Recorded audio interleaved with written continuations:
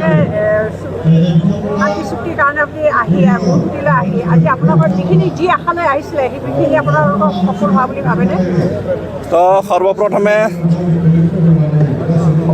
ৰাইজক আপোনালোকৰ মিডিয়াৰ জৰিয়তে United forum of x NDB ফালৰ পৰা আজি দ্বিতীয় প্ৰতিষ্ঠা দিৱসৰ সকলোকে বৈপ্লৱিক অভিনন্দন জনাইছোঁ, শুভেচ্ছা জনাইছোঁ।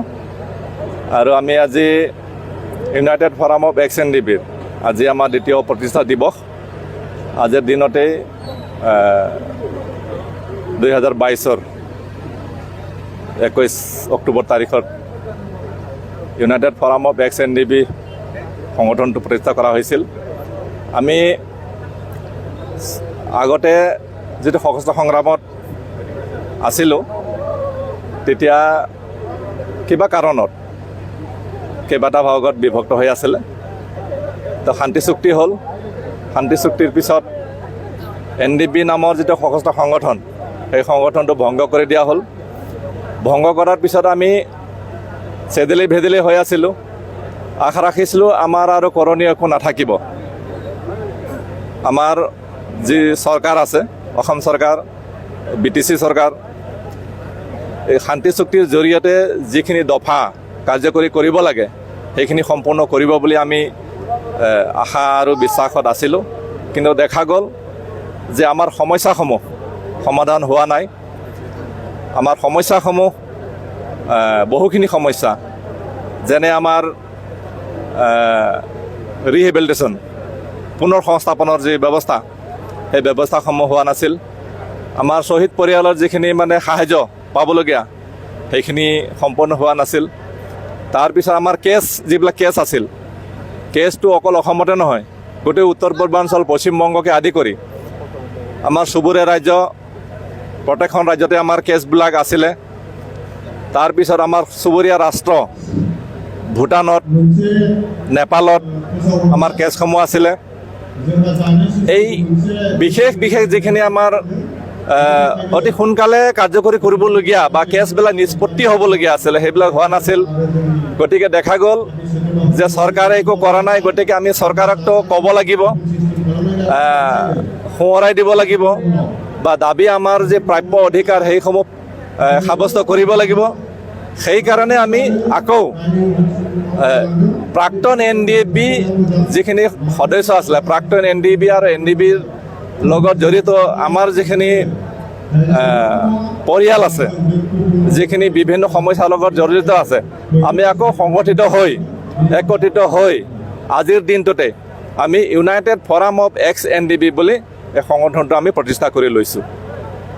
আপোনালোকৰ মাজত এটা বিভাজন হোৱা বুলি এটা অভিযোগ উঠিছে, এটা গোট হৈছে। আমাৰ মাজত বিভাজন, তেনেকুৱা একো বিভাজন নাই। আমি সুসংগঠিত আৰু অলপতে যিটো এটা এক্স NDB ৱেলফেয়াৰ এছ'চিয়েশ্যন বুলি কিবা এটা বনাইছে, সেইটো আচলতে ৰাজনীতিৰ লগত যিসকল ওতঃপ্ৰোতভাৱে জড়িত, UPPL দলৰ লগত যিখিনি তাত নেতৃবৰ্গ আছে, গোটেইখিনি UPPL দলৰ বিভিন্ন বিষয়ত বিষয়ববীয়াসকল হৈ আছে। কোনোবাই কোনোবাই কি বুলি ক'ব, এইটো VCDC চেয়াৰমেন, কোনোবাই আকৌ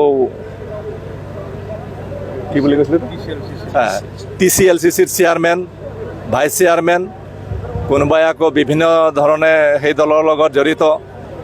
সেইটো ইলেকশ্যন কেন্দ্ৰিক। ইলেকশ্যন অহা 2025 যিটো ইলেকশ্যন আহি আছে, ইলেকশ্যনত আমাৰ দাবীসমূহ সিহঁতে উত্থাপন কৰিবলৈ কাৰণে বা চৰকাৰক প্ৰেছাৰ দিবলৈ কাৰণে নহয়, সিহঁতে যিখিনি NDB সদস্য UPPL দলত আছে, কোনোবাই ডেপুটি চিফ, কোনোবাই EM, কোনোবাই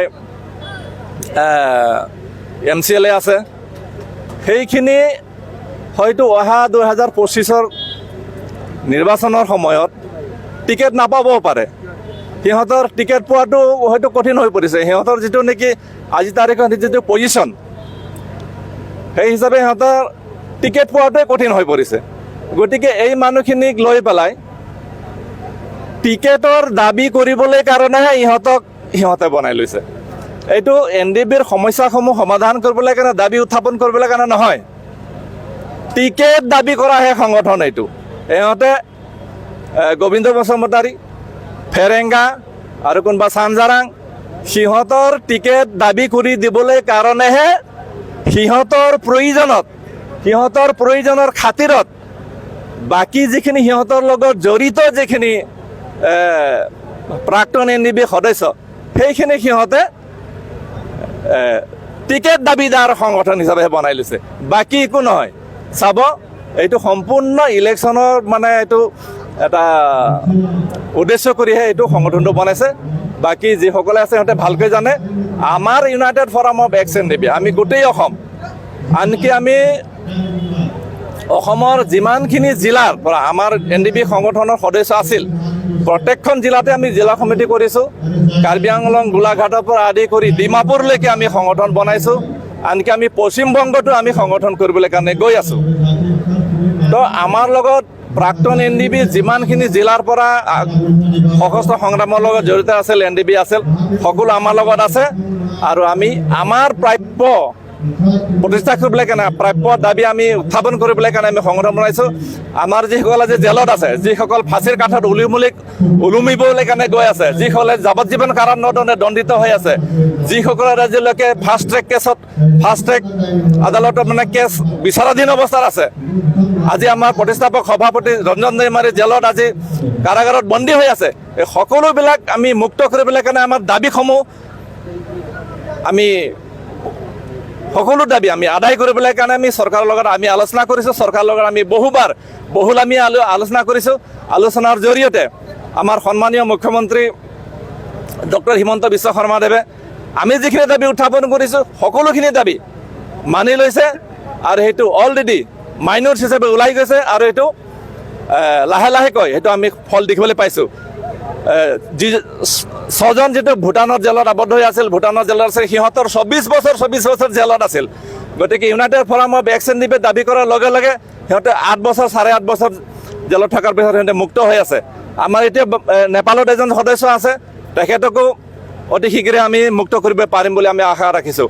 আৰু কেছসমূহ নিষ্পত্তি হ'বলৈ গৈ আছে, নিষ্পত্তি হৈছে, অলৰেডি বহুখিনি কেছ নিষ্পত্তি হৈছে। আৰু গোটেই উত্তৰ পূৰ্বাঞ্চলত অসম, নাগালেণ্ড, মেঘালয়, মণিপুৰ, ত্ৰিপুৰা যিমান কেছ আছে, পশ্চিমবংগ, সকলোখিনি কেছ, সেই কেছসমূহ নিষ্পত্তি কোৱা হ'ব বুলি আমাৰ সন্মানীয় মুখ্যমন্ত্ৰীয়ে আমাক কথা দিছে। আৰু সেইটো আমি কাৰ্যকৰী দেখিবলৈ পাই আছোঁ। গতিকে সিহঁতে যিখিনি কথা কৈছে, সম্পূৰ্ণৰূপে 100% আমাৰ পৰা কপি পেষ্ট কৰি পেলাই আমি যিখিনি কথা আজি 2 বছৰ আগৰ পৰা উত্থাপন কৰি আহিছোঁ, যিখিনি দাবী আমি 2 বছৰ আগৰ পৰা উত্থাপন কৰি আমি চৰকাৰৰ লগত আলোচনা বিলোচনা কৰি আছোঁ। আমি অসম চৰকাৰ, ভাৰত চৰকাৰ, দিল্লীতো আমি গৈ পেলাই আমাৰ প্ৰতিনিধি গৈ আমি আলোচনা কৰি আছোঁ। সেইখিনি কথা সিহঁতে আমি সংগঠন কৰা 2 বছৰ পিছত আজি BTR চৰকাৰ 4 বছৰ, আজি BTR চৰকাৰে ম্যাদ উকলিবলৈ হ'ল। আজি ম্যাদ উকলিবলৈ সময়তহে সিহঁতে এই কথাবিলাক ক'বলৈ আৰম্ভ কৰিছে। অৰ্থাৎ সিহঁতৰ মাত্ৰ ইলেকশ্যনৰ টাৰ্গেট কৰি পেলাই, বাকী আন একো নহয়। ধন্যবাদ।